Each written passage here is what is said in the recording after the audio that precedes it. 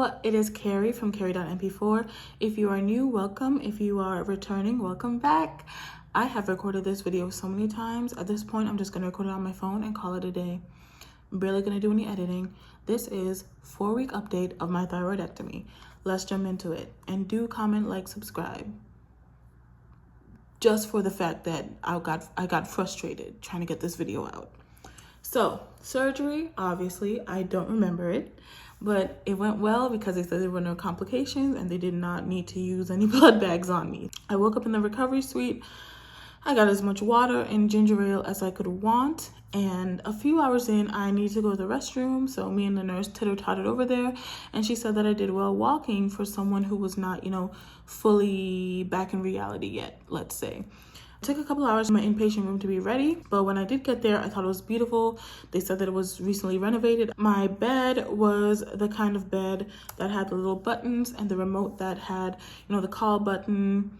All sorts of stuff was on that button, and I quite enjoyed being in that room. They had really large windows on the side. I could close those blinds, but it was still cold, so I did end up asking altogether for 3 warm blankets, because every time I would wake up in the night, I was like, it's cold. So altogether I ended up with 3 blankets. Let's see, I could not eat solid food that night, so I was really on my water and ginger ale, and then for dinner, my Lipton beef broth, and that was all the food I had. They do have this bowl thing that measures how much you pee, so you have to pee in it and then flush that out. I don't remember why they measure how much you pee, but just know that they might do that, so don't be weirded out. The next morning, I did eat solid food, but between Lipton beef broth and my egg and potato and sausage and orange juice and water breakfast, I woke up many times. I ended up taking a walk around the hospital wing after my first nap, and I also took a walk around 4 a.m. after my 4th or 5th nap, right? And they were very personable every time I was walking around the wing. If I had to take a break, they were like, are you okay? Do you need to be put in a wheelchair to get back to your room? And I was like, no, I just, needed a moment. I may have been walking too fast for a second there. So very great nurses. There was a moment when I got this surge of nausea, and I pressed the call button and I said what happened. Within 1 minute, she was in that room with the intravenous anti-nausea medicine, and it worked rather quickly. And I remember in about 15 minutes, I was back to sleep with my little ambient sleep sounds playing in the corner of the bed with my phone.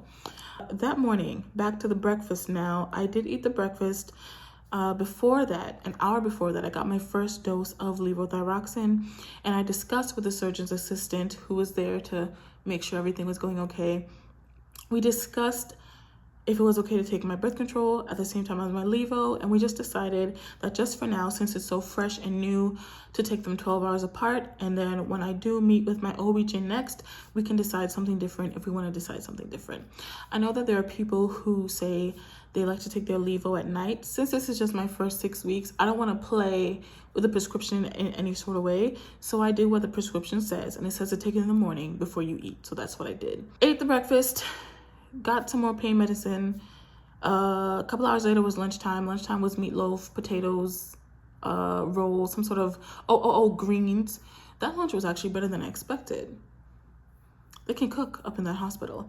Some sort of Oreo mousse, and I think it might have been a soda or juice. I don't remember what it was. I just remember I drank some water, and my dad gave me some Sprite and some ice cream to soothe my throat. That was what we had, and then they decided that afternoon, after checking all my vitals, seeing how I ate the food, making sure I wasn't nauseous afterward, making sure I didn't throw up, I wasn't dizzy, any of these things, we decided that I could go home. So if you are being driven home, and you should be being driven home because you're out of it, you're loopy, do not get behind that driver wheel yourself. So if you're being driven home, just know that you will have to scrunch your neck down if you're swerving lanes, if you're riding over a speed bump, and God forbid there's a big pothole. Oh baby, take that muscle relaxer before you get in that car, about 30 minutes before you even get in that wheelchair in your outside clothes.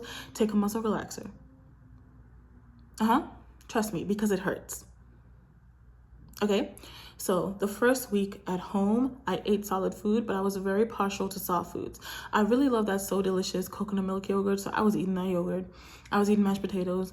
I was eating soft chicken soup soft baked chicken, baked fish. No, we're not hard frying, we're not double frying, we're not blanching and crunching. No, soft foods. Savory flavors, not very peppery flavors. Why? Very peppery flavors make people what? Sniffle and cough.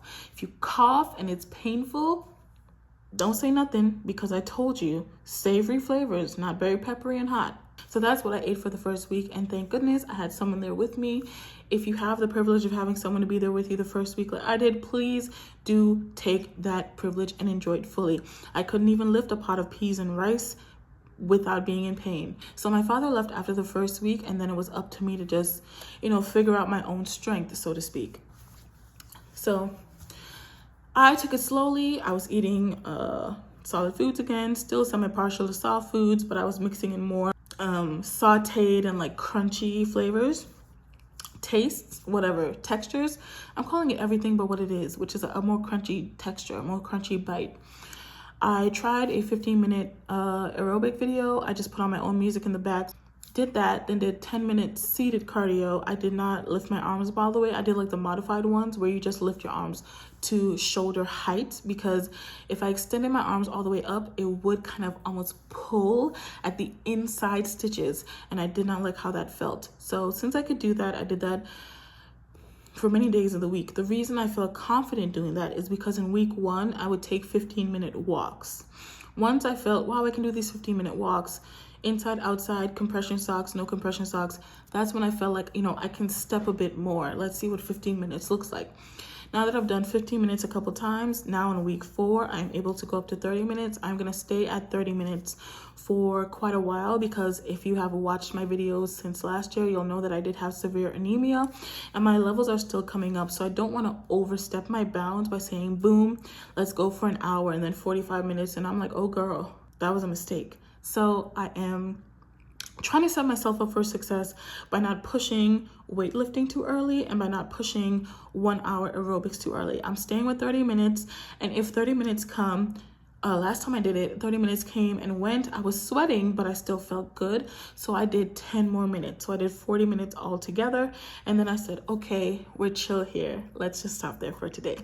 So I'll work up to an hour. Don't want to go too fast. I'm still healing, still doing modified moves. I did have my hair in cornrows with just a little bit of braiding hair added in at the end to braid it across the back when I had the surgery, so that nothing would be on the back of my neck or nothing would be flowing over and touching my neck when I had to roll my neck around to sleep. So how did I do these twists? I washed my hair, and by wash my hair, I mean I would literally put my whole body under the water because I could not fully crane my neck to do all this. I did get a little bit of shampoo in my eye, but I managed to keep it mostly out, even though I couldn't move my head fully the way I wanted to. So then after that, my hair was drenched, and instead of just doing like a big clump of hair, I did very small pieces, and then I would twist that, twist. And yes, it took longer, but I wasn't in pain. Do you see what I mean? And so then I took some pain meds and some muscle relaxer, and I dried my hair with diffuse heat. And then I took a break. A couple hours later, I started parting my hair for the twists. Now, the twists were an easy style to do after the surgery. Mind you, this is 2 weeks in. This is not the day after. Don't do that. The day after, you're going to be needing help to get up out the bed. So definitely wait at least a week and a half. So to do the twists, it's much less painful than, say, doing a cornrow design of some sort, right? Because it's less pulling, it's less tension. I also did it on myself because I thought I would be able to gauge my pain more than going to a hairstylist, just because it's a lot of responsibility for them to not only have to worry about normal thresholds of pain, but to have to worry about the extra thresholds of pain that come with the healing body. When I was doing that, I would sometimes touch my chin, and I noticed that the numbness has started going away. Right after my surgery, the numbness, I would say, was 100%, and I was very thrown off by that. But I found out that it can go away over the course of weeks. Some people say that it never fully goes away, and there's just some numbness under there. You will figure out how you will be. I'll figure out how I will be as the weeks go by. This is only the endish of week 4. 1 month. Wow, almost 1 month. I would say it's under 50% numb now in just those few weeks. So definitely by week 6 or week 7 or week 8, I think it'll be 0% numb, and it might feel normal again, except maybe some little tingles here or there. So If you're worried about that, I think what would be truly cause for concern is if the space starts filling up again, or it's filling rapidly, like there's liquid filling to that space. Because like I still have the double chin, but it's not as big as it was when I had like the goiters in my neck and such. And so if it started filling in that same way, I have to think, oh, it's like filling with liquid or something like that, and that would be cause for concern. And here at the front of my neck, the scar is from here to here. And if this area started filling in more, I could see, oh, there's liquid there. That is some sort of hema condition, and I should go to the emergency room and I should call my surgeon's office. But if that sort of thing isn't happening, you can just massage and just make sure that the inside stitches, the actual stitch to the thyroid, from the stitching up the thyroid area, and the outside stitch that closes up the skin and like that little muscle area, make sure that those are not like adhering to each other. And so you just, you just massage those, and that's what you can do as the weeks go by, as well as drinking your water, getting your protein, getting your fiber. This is the water bottle from the hospital. I still use it because it's much more comfortable than craning my neck back and drinking water normally and gulping. So just clean your bottle. You don't want to be drinking up mold, but keep that bottle with the nice bendy straw.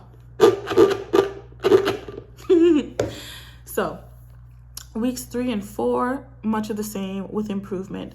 My steri strip was coming off slowly but surely. By the time week 3 rolled around, I'd gotten rid of the drain that had been coming out of my neck. It did feel weird taking it out, but it was more like for 5 seconds, it was like, oh, that's weird. Oh, it's out. That's what it felt like. Get the bandage on that. The bandage is gonna start coming off as you shower. I just replaced it with my own bandages and gauze from my first aid kit. And then every day I just replace the bandage. And then after a few days, I just started putting Neosporin on it, and it's fine now. So it should be fine. If you have another experience, once again, call the surgeon's office, because there's something else going on. You don't want to have an infection up in your chest that you're ignoring. Trust. Looking ahead, I'm looking forward to the swelling to continue to go down. I don't know if you can see the difference, but you guys can actually see that I have a bit of a neck now, and you can see how the sides are actually just straight up and down instead of curved outward like they used to be.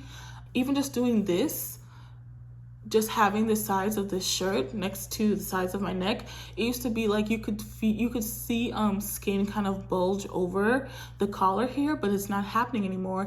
That bulge was from those huge goiters that had my thyroid beyond normalcy. I'm gonna put a picture of it here in the corner somewhere, maybe. There's another video, you can go back and look. I'll put the playlist and I'll put the video I'm talking about into the pinned comment. But I am so, you guys, I am so happy. I'm so blessed. I'm so proud of the whole surgery team. Everything went really well. I'm very proud of myself for being stubborn and getting me what I needed to increase my quality of life. And I just look forward to learning my body again, because, I just turned 28 this month, Aquarius girl. We have to understand that when people, like sometimes people call on the phone to ask how I am, they're checking up on me. They're like, how do you feel now? I can only answer what I feel in this moment because I don't have a control. If I were 38 and the problem started at 28, I could say, well, I remember what it felt like to have a truly functional endocrine system, a truly functional circadian rhythm, a truly functional metabolic system in adulthood, 18 to 28 or so, right? But I didn't have that control. I'm only 28 now, and my thyroid is already out now. Now I am learning, what does it feel like to experience normal hunger signals? What are those? Is that what I'm experiencing? But I am not trying to pathologize my own ignorance, because it's not my fault that I'm ignorant in this situation, and I just figure it out as I go. So I'm looking forward to figuring more things out. I have my follow-up with my endocrinologist. I had my follow-up with my surgeon, as I said, and it went really well. My follow-up with my endocrinologist will, of course, be about my thyroid blood panel and how I feel, and those things together, we will decide if my dose should be raised, lowered, or stay the same. Looking forward to that. Looking forward to my chin continuing to lessen its numbness. Looking forward to another update in however many weeks. I guess maybe another 4-ish weeks. Yeah, and if anyone out there has any comments or any concerns or just questions about my experience that I maybe didn't cover because I didn't think about it when I was making myself my little notes, please do comment. Do feel free to share this with anyone that you think could use it. Do feel free to take what you need from the video and get rid of the rest. And I really hope that this was helpful, as I did have to record this video a bajillion times and I can't do it one more time again. I gots to go. That's all I have to say right now. I'll see y'all in the next one, and bye bye.